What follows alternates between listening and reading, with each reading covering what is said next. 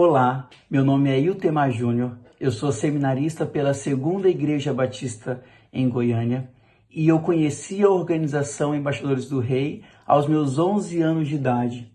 Hoje, com 28, eu ainda me apresento como o embaixador do Rei, fazendo jus ao nosso lema que diz: uma vez embaixador, sempre embaixador do Rei. Eu componho um grupo de conselheiros no estado de Goiás que decidiu, nesse período de quarentena devido ao Covid-19, iniciar um projeto com várias devocionais diárias para abençoar assim a nossa organização. E hoje, dia 16 de abril de 2020, eu gostaria de pensar com vocês sobre o tema preguiça versus diligência. A preguiça versus a forma como nós podemos vencer a preguiça. Eu gostaria de começar lendo um texto intitulado O Conflito do Peregrino com a Preguiça, um texto do grande pastor John Piper. Ouçam essa narrativa. Meu nome é Peregrino. Ontem no crepúsculo encontrei pelo caminho um inimigo. Seu nome era Preguiça.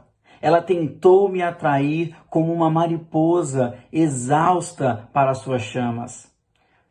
Como sempre, ela usou outros nomes: alívio, folga e repouso, descanso e lazer. Estes, ela sabia, são tempos valiosos hoje em dia. Nomes valiosos para formar um sábio a partir de um patife. Nas palavras de John Piper, a preguiça nem sempre se apresenta como pecado. Muitas das vezes ela se apresenta como o sentimento de quem se acha merecedor da ociosidade, como o sentimento de quem se acha no direito de procrastinar mediante o que já produziu até aqui. Nem sempre a preguiça ela se apresenta como o mal que ela é. Muitas vezes ela se apresenta como a aparência do mal, conforme 2 Tessalonicenses 5:22. Em Gênesis 1:26, nós lemos a decisão de Deus de criar a humanidade. Ouçam o que ele diz: façamos o ser humano à nossa imagem, ele será semelhante a nós. Agora, reparem no que ele diz: dominará sobre os peixes do mar, sobre as aves do céu, sobre os animais domésticos, sobre todos os animais selvagens da terra e sobre os animais que rastejam sobre o chão. Segundo o dicionário Aurélio, dominar é ter autoridade sobre alguém. Dominar é saber empregar com habilidade tudo aquilo que está em suas mãos. Dominar é dar ordem ou ordenar a criação. E isso se tornou um imperativo na primeira fala de Deus ao homem em Gênesis 1:28. Agora, observem o texto de Gênesis 2:19 e 20. Observem que Deus ele emprega o homem. Deus ele dá um trabalho ao homem e o homem executa esse trabalho em completa alegria, entendendo que ele o fazia para a glória de Deus, unicamente para a glória de Deus. É inaceitável que nós pensemos no primeiro casal como duas pessoas que viviam em absoluta ociosidade, ou às vezes, como alguns dizem, viviam na sombra e água fresca. Muito pelo contrário, eles tinham um chamado específico e eles trabalhavam, eles cuidavam da natureza e faziam isso com foco na glória de Deus. E olha, provavelmente eles se cansavam. Mas eles não se cansavam do trabalho, eles se cansavam no trabalho. Eles entendiam que aquilo que faziam, eles faziam para a glória de Deus. A Bíblia nos orienta a como agir diante de qualquer trabalho que nos surja. O sábio rei Salomão, em Eclesiastes 9:10, nos diz: tudo que fizer, faça bem feito. Pois quando descer a sepultura, não haverá trabalho, nem planos, nem conhecimento, nem sabedoria. O maior exemplo de alguém que viveu esse texto é o nosso Senhor Jesus Cristo. A história nos diz que ele decidiu nos salvar e ele fez isso da melhor forma possível. Ele fez bem feito, a ponto de dar a sua própria vida por nós. por mim e por você. O filho vivia sentado no trono, ao lado do pai. Mas quando chegou a hora da sua vinda, ele se despiu de toda a sua glória, segundo o texto de Filipenses 2, 5, 8.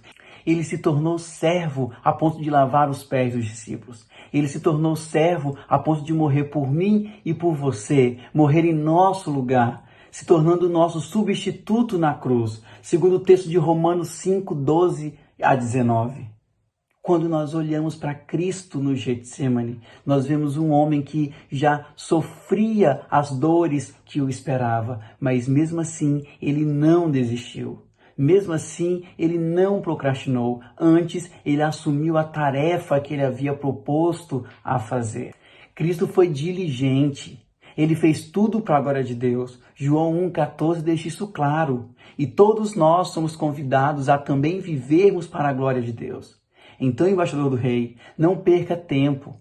Faça com que os seus estudos sejam feitos para a glória de Deus. Estude para a glória de Deus. Não fique criticando as suas matérias, dizendo que a matemática é chata. Pelo contrário, estude e saiba que as disciplinas da escola nos ajudam a conhecer um pouco mais de Deus. A história, ela vai apresentar a maneira como Deus ele interfere na vida do seu povo. A biologia vai nos ajudar a compreender um pouco mais sobre a criação de Deus. Isso vai acontecer em todas as disciplinas. Estude, embaixador, para a glória de Deus.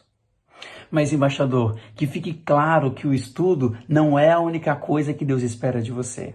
Ele também espera que você ajude em casa, que você trabalhe, que você olhe para as tarefas domésticas que os seus pais executam no dia a dia e busque ajudá-los, seja lavando a louça, seja ajudando-os a limpar a casa. Não ache que arrumar o seu quarto é o seu grande serviço real. Este é a sua obrigação. O serviço real é quando você faz um serviço que vai ajudar o próximo, que vai aliviar o próximo. E, sinto muito dizer, a tarefa de arrumar o seu quarto não cabe à sua mãe e você não vai aliviá-la quando você vai arrumar o quarto. Na verdade, você está aliviando a si mesmo, porque essa tarefa já é sua por obrigação. Mas essa palavra também é útil a todos nós, conselheiros. Não me importa se você é o funcionário com o menor salário da empresa ou se você é o presidente da empresa. O que importa é que todo o trabalho deve ser feito para a glória de Deus.